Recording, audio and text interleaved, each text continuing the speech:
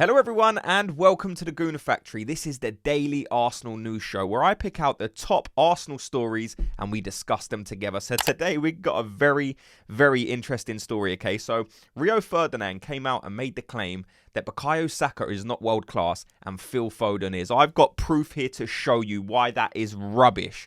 And I will tell you and show you exactly why Saka is a far superior player to Phil Foden. Also, we got some news about Tierney and an Arsenal target, Zubimendi, that Tierney obviously plays for with Real Sociedad. So let's get into it.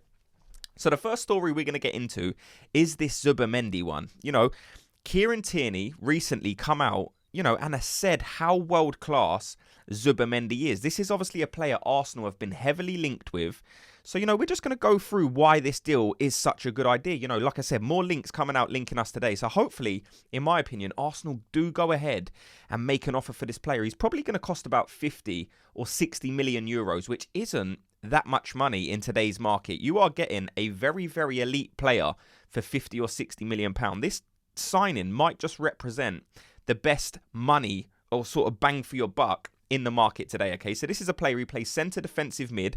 So if we do bring him in, that will unlock Declan Rice and allow him to push further up the field. And we know what he can do when he does get further up the pitch. He scored so many goals this season outside of the box. We've seen what he can do in terms of his delivery. So the more Declan Rice can get forward, the more that will benefit Arsenal, okay? So Zubimendi's got 4 goals and 1 assist. But we know that isn't his strong point. He's a centre defensive midfield player, one of the highest pass completion rates in Europe.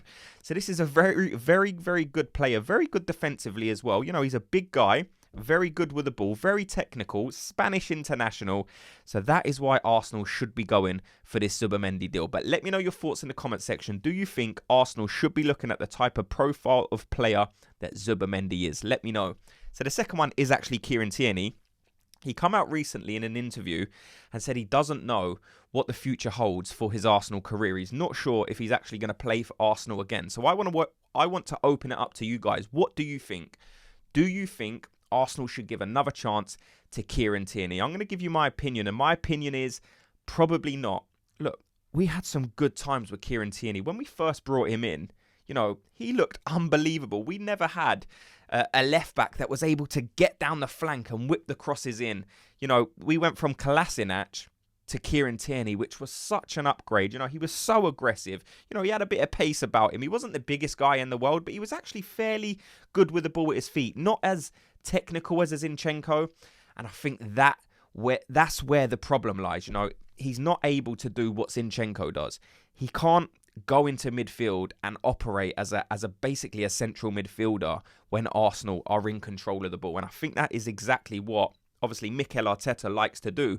We've seen recently Tomiyasu adopt that position, and he's done the same role as Zinchenko. We've seen Tomiyasu float into midfield, and he's definitely able to do that. He's technical enough to do that, and he's a big unit, so he offers a presence in central midfield, but also in defence as well. So that's where I think Tierney's going to struggle. He's not a better option than Zinchenko. He's not a better option than Tomiyasu. So where does he fit in this Arsenal team? And that's discounting Timber as well. Timber eventually will come back and be Arsenal's first team left back, in my opinion.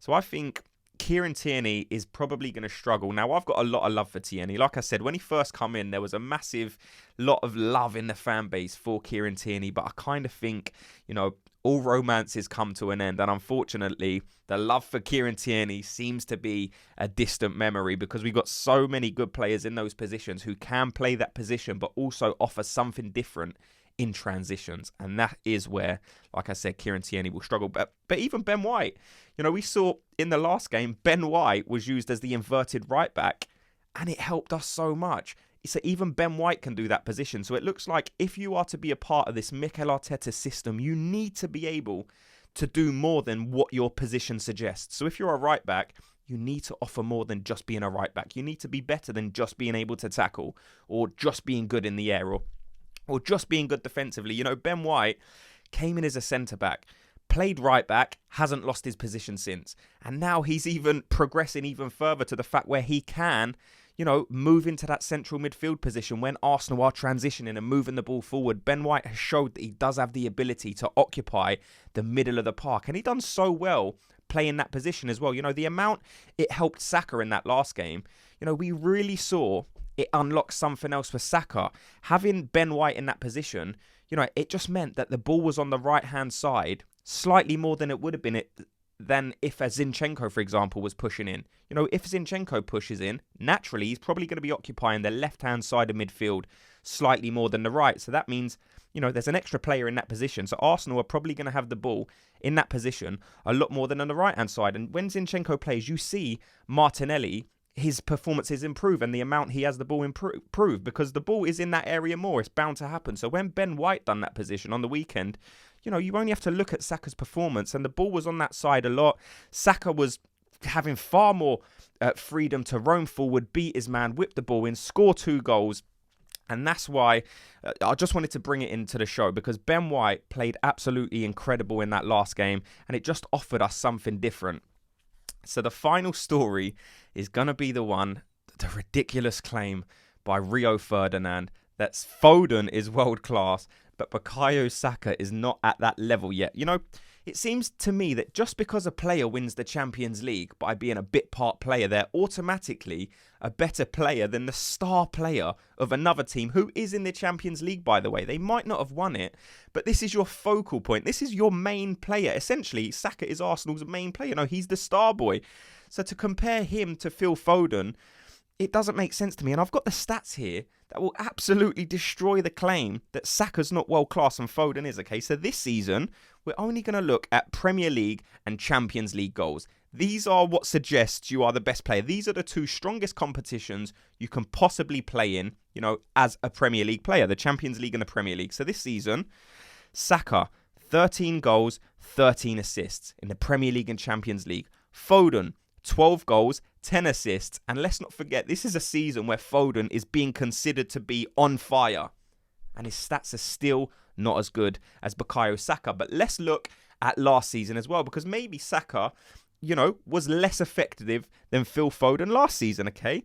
So last season, Phil Foden, 12 goals, 6 assists. So that's a reasonable return. Saka, 14 goals and 11 assists. And that is just in the Premier League. Foden's stats of 12 goals and 6 assists was in the Premier League and Champions League. So Saka wasn't in the Champions League last season. So I'm just taking his Prem stats and he's still outperforming Phil Foden.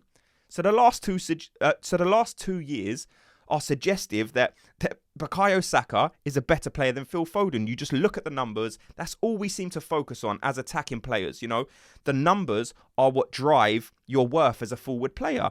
And Saka is outperforming him. So let's look at the previous season. So let's go back 3 years. Saka, 11 goals and 7 assists. Again, just in the Premier League because Arsenal weren't in the Champions League. So 11 goals, 7 assists. Foden, 9 goals, 5 assists. So for the past 3 seasons, Saka is outperforming Phil Foden by a mile. But people in the media will still try and suggest to you that Phil Foden, because he plays for Man City, is a better player than Bukayo Saka. The only reason I think people say Phil Foden is better than Bukayo Saka because he looks elegant on the ball. You know, when Phil Foden is running with the ball, he looks like what you would think of a professional football player to look like. He is elegant. He has got a bit of gazza about him. He reminds me in certain aspects of a young Jack Wilshere. Do you remember when Jack Wilshere looked so elegant when he was on the ball in his young years? He was sort of drive with the ball and the ball was stuck to his feet and he just looked like a football player. And I think Phil Foden's got a bit of that about him. Now, obviously, he's got more longevity than Jack Wilshere. Probably now, you know, in terms of numbers, higher numbers than Jack Wilshere. But I'm just saying, in terms of if you're looking at a football player and you think, right, he looks good with the ball at his feet, that's all Phil Foden is better at than Bukayo Saka for me. His numbers aren't as good. His effectiveness isn't as good. His ability to be able to change a game is nowhere near as good as Bukayo Saka. That is just my opinion. I would love to know yours, so make sure you let me know in the comments section. As always, thanks so much to everyone for watching and listening. Before you go, if you enjoyed the video, help me out and give me a like. And I will speak to you in tomorrow's video. Gooners, have a good day.